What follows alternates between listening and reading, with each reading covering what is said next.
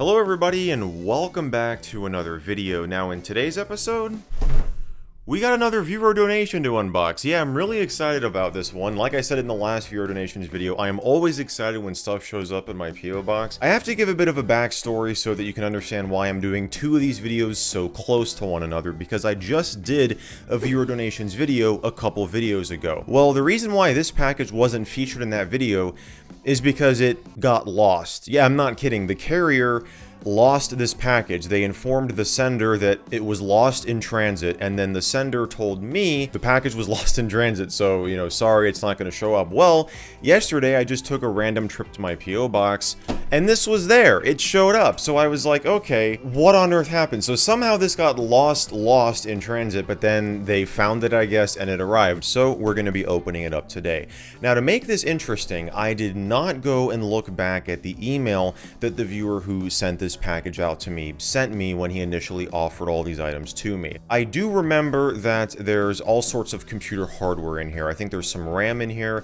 There are a couple of cards, I think maybe video cards. I think there may be a little bit of software, but just to make this interesting and to make this kind of a true unboxing, I did not go back and look at the email and the photos that he sent me. So we're going to be kind of experiencing this together, and it's going to be a bit of a mystery package, but like I said, I have a general idea of what's in here. So without any further ado, let's go ahead and open it up, shall we? And here we go. Okay, so I do remember this. This right here is an Ethernet card, Ethernet IC card. I believe this, yeah, this is a PCMCIA Ethernet card. Let's go ahead and just open this up and check it out. Yep, that is exactly what it is. The really neat thing is I've got a couple of these, but I don't have the end that you can actually use to connect this thing to the network, right? Like to use the card as it's meant to be used. So this is nice to have a complete kit. So yeah, that will come in handy for one of my older laptops for sure. I believe right here, this looks like, well, this could be anything, but I'm gonna guess it's the RAM. Let's go ahead and check it out. No, this is one of the video cards. Two video cards, actually. So this first one right here looks like a Radeon card. That's what I would guess. Yeah, Radeon X1600 Pro X1600, 256 megabyte DDR, PCI Express. Oh yeah, this is something a bit older. This right here is an S3 Verge card, and you can see right here there's actually a date stamp. I mean, not from the manufacturer, but from Computer Comp. Don't know if that's like a computer store, but it says 2/13/98. Super neat stuff. All right, so we'll set those aside. And right here, I think this is a power supply. Yes. And we do have, okay, I'm seeing some, I think this is software contained in here. So we got some, it looks like a heatsink here. Yep, we got a heatsink here. Let's see if these are, and yep, here's some more software. What do we got here? JIDE. Oh, you know what? Oh yeah, this is one of the things that I said, oh, I could really use. Yeah, this is something that I wasn't going to use for a video, but for making videos, you know, for the video making process. This is a VGA video splitter. I was looking at upgrading my setup for when I record videos, you know, with the 98 PC or with the Dell Latitude D610 or with any of my computers. I was thinking about doing screen capture. Like when I do a video on one of these old computers, it's always the camera pointed right at the screen. I've tried a couple of capture solutions before, but wasn't really able to get anything to work the way I wanted it to. And this is going to help with that because this allows me to split one VGA signal into two outputs, so I can still have it on the monitor that I'm looking at and also on my capture card, which I still need to get a capture card. But yes, we do have this right here. Looks like a heatsink. Let's go ahead and tear some of the tape here on the side so we can get this opened up here. Yeah, this looks like an older AMD heatsink, but yeah, pretty cool stuff. Awesome. This looks like another PCMCIA card. Here's another one of those Ethernet IC cards that we have in the box over here. And then right here is a thin fax card, fax data PCMCIA. Yeah, these will definitely, I actually have like a space for all these PCMCIA cards in my hardware bin, so they will be added right to it, possibly for use on one of my older systems. Let's see what this is right here. I don't remember this. PS2 to serial adapter. Okay, let's save the software for last. last, because I do want to dive into this. I believe, oh, it's taped onto there a little bit. Oh, we got two things here. I know what this is, though. This is a power supply. It's like it's got the word new written on it. New 72518. So let's see what this is. Okay, there's the model number. I can look that up. This is for a Dell Optiplex. Yeah, that's what this number corresponds to right here. So this is, this was taken out of a Dell Optiplex system. 235 watts, okay. So, yeah, that might, hey, if I ever get a Dell Optiplex that this happens to fit in, there you go, I got a power supply now. Alright, so what is this? Because I feel like, okay, it looks like a fan. Oh, it's LGA 775, looks like a heatsink. That's exactly what that is. Got some painter's tape here. Yep. Oh, and it's got, yeah, it's still got pre-applied thermal paste on it. Yep, that is a stock heatsink right there for an LGA 775 socket CPU. Alright, so let's see what else we got. I believe this box right here, oh, this is a large box, holy crap. Is this the RAM? Oh, it looks like it's sealed though. Oh, wait a second. Let's just set this aside. My guess is this is the RAM. I could look back at the email and figure out what that is, but if the RAM isn't in anywhere else here in the box, then this is definitely the RAM, but the RAM could be in, because this seems like a large box for RAM, unless he just sent me a ton. But I think both of these here, like this is a Rosewill PCI LAN card.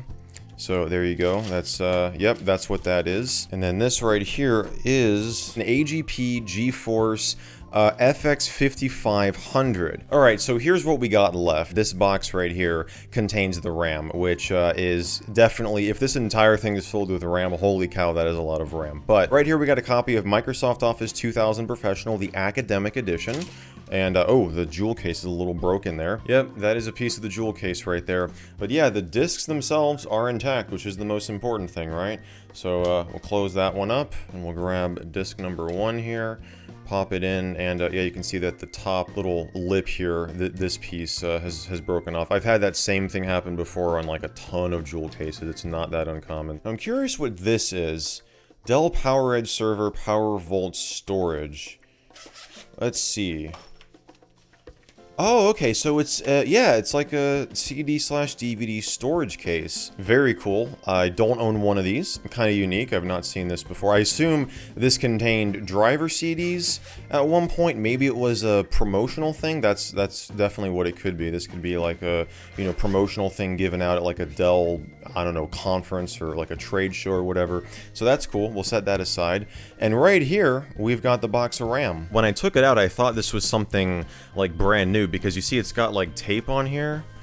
This kind of looks factory to me, but this right here is tearing a little bit and it's folded over, so maybe he just taped this really well, but this is taped here for sure. I guess we'll go ahead and tear this off here, and then we'll cut through these here. Oh man, check that out, guys. Holy cow, that is a lot of RAM. So yeah, guys, it was an absolute ton of RAM in that box, and I'm not kidding when I say that. Now, I was initially going to go through the entire box and just show you guys each individual DIMM and SO-DIMM that I got, but after recording probably half of that footage and taking out half of what was in there, I thought, you know what, maybe this would just be better if I summarize it. So that's what I'm doing here. So I'm letting you guys see exactly what we've got.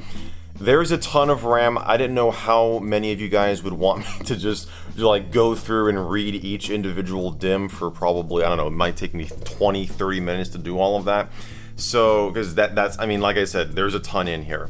So, yeah, I have to give a huge thank you to the anonymous viewer who very generously donated all of this stuff to me, because yes, the viewer asked to remain anonymous. He asked me not to disclose his name, so you know who you are, and thank you so much for all of this hardware. This is absolutely going to come in handy for future video projects. Now, I had a decent amount of RAM before, certainly not as much as this, but even with my little collection of RAM, I still didn't have all of the RAM that I needed for specific video projects. And you may remember in my HP laptop running Windows 11 follow-up episode when I upgraded the RAM in that machine, even though I had a decent amount of SO-DIMMs, I did not have the specific type and capacity that I needed for that video. So I had to pull RAM, ironically, out of the Dell Latitude D610, which had more RAM even though it was an older machine. And I just ended up swapping the RAM in both of those machines, so the Dell Latitude now has 1 gig of RAM from the HP laptop, and the HP laptop has the 2 gigs from the Dell Latitude.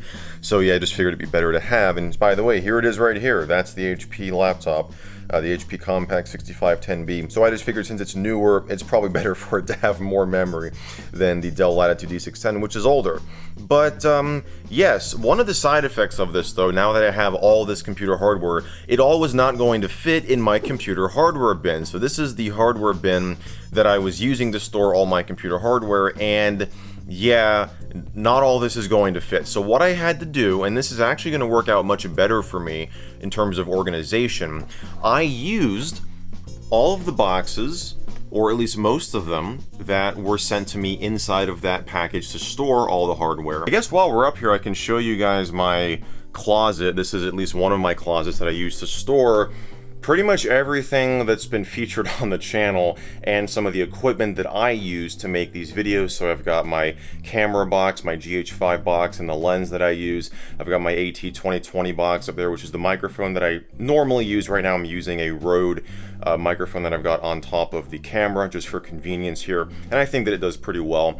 And then I've got my Asus Tor NAS that was sent to me by Asus Tor very generously. I've got my AT&T video phone box right there. I've done videos on both of these. And for those wondering, yes, the NAS gets used. Here it is. I've got it set up in my living room. That's why the audio is so echoey, so I apologize for that in advance. But yeah, here it is. It's hooked up. The 4 12 terabyte drives from Seagate are in there, and I use it as primarily a file server right now. So I've been storing all of my YouTube project files on here, which has been awesome. Okay, but the other thing I wanted to show you, and this is really cool, I have hooked up the AT&T video phone. So if you guys haven't seen this video, I'd recommend going and checking it out up in the cards right now. This is a really cool phone right here from the early 90s, and it is a video phone. The only thing was, obviously, you would need to know somebody who also had one of these phones to, well, do a video call. So that was the major downside. If you didn't know anyone who had this phone, it was just like a regular telephone that you were paying way too much money for, because this cost over $1,000 back then.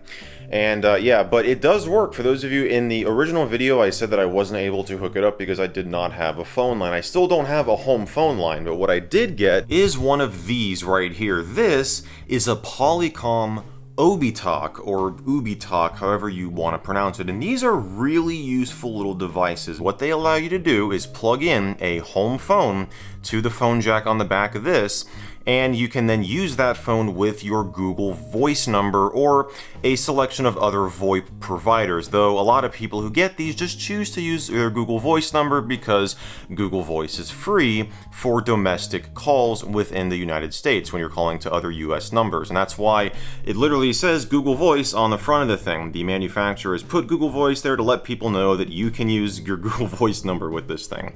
And so I've got it here set up on my desk. I've had this for about a week now, but I haven't known about them, and I know people who use them for a while, and I always said when I want to get a home phone, and you know, I don't want to pay monthly for it because I don't really need a home phone. I use my cell phone for all of my calls, but I just wanted to get this just to hook up the AT&T video phone, just to kind of have it as like a novelty and to use it when I want to use it. So here it is in all of its glory. So we're going to turn on the speakerphone here, and I've got a number in read dial. As you can see, this is the number for the U.S. Naval Observatory Master Clock for the Eastern Time Zone. Yes, this is still a thing. If you didn't know, you can dial this number, and the machine that picks up will read back the current time to you according to the U.S. Naval Observatory. So here it is.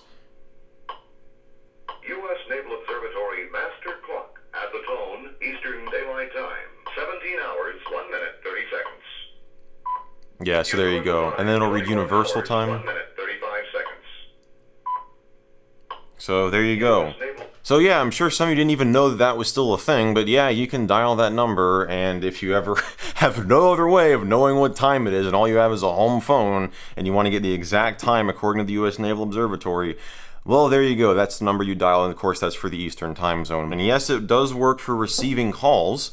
In fact, let me show you how that works. Let me pull up my cell phone here. Unfortunately, I noticed I thought that it was going to like identify the phone number on the screen here, but it doesn't do that. So let me show you here. Let me go to my phone and we'll dial my Google Voice number. So we're dialing it right now, and there it is. And you can see that it doesn't, like, there's no caller ID. I thought for sure that it would display the number that was calling you, but that's not happening. So I can answer here, and then you see it just, you can hear me talking on here, right? So, ooh, there you go. And we'll just hang that up. And when you pick up the handset, you see it says that there's still that number in redial. So that was, of course, the U.S. Naval Observatory's number.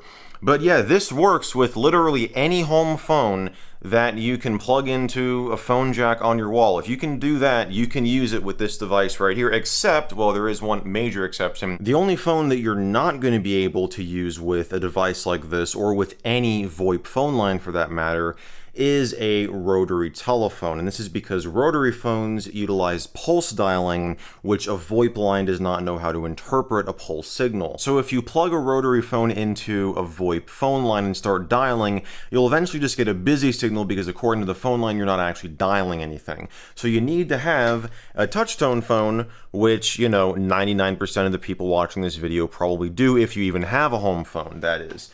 But yeah, so that will not be a problem. But if you want to use a rotary phone with this, you can't unless you get a pulse to tone converter, which converts a pulse signal from the rotary phone into a tone signal that a VoIP line can interpret and actually, you know, pick up on what you're dialing, so you'll actually be able to use the phone. You can use a rotary phone to answer a call just by plugging it in. Like, you don't have to have anything. I mean, if you plug a rotary phone into a VoIP line and want to answer a call, that'll work fine. But if it's, so when you're trying to dial out, that's when you experience issues on a rotary phone. So yeah, this is something I've been really wanting to make a video on this for a while. It is on my video ideas list, just kind of talking about how to use rotary phones with VoIP lines and just in 2021 in general. So that is something that I definitely want to do. But yeah, that was a little side ramble there. Anyways, back to the main video, or at least the tail end of the main video. We've got the 20th anniversary special edition of Windows XP. We've got one of the track phones, we've got the Logitech Review, all the clappers, we've got the Windows Live Frisbee. This right here is the box that my silver play button came in. So yeah, everybody, that is going to wrap it up for today's episode. I got to give a huge thank you once again to the very generous anonymous viewer for your awesome donation of all this hardware, which is going to absolutely help with future video projects. And as for you guys, of course, I want to thank you all so much for watching. If you enjoyed this one, be sure to give it a thumbs up and get subscribed down below, and turn on those notifications if you haven't already to get notified whenever I upload a new video, which I do multiple times every single week on this channel. And as always, I will see you all in the next video.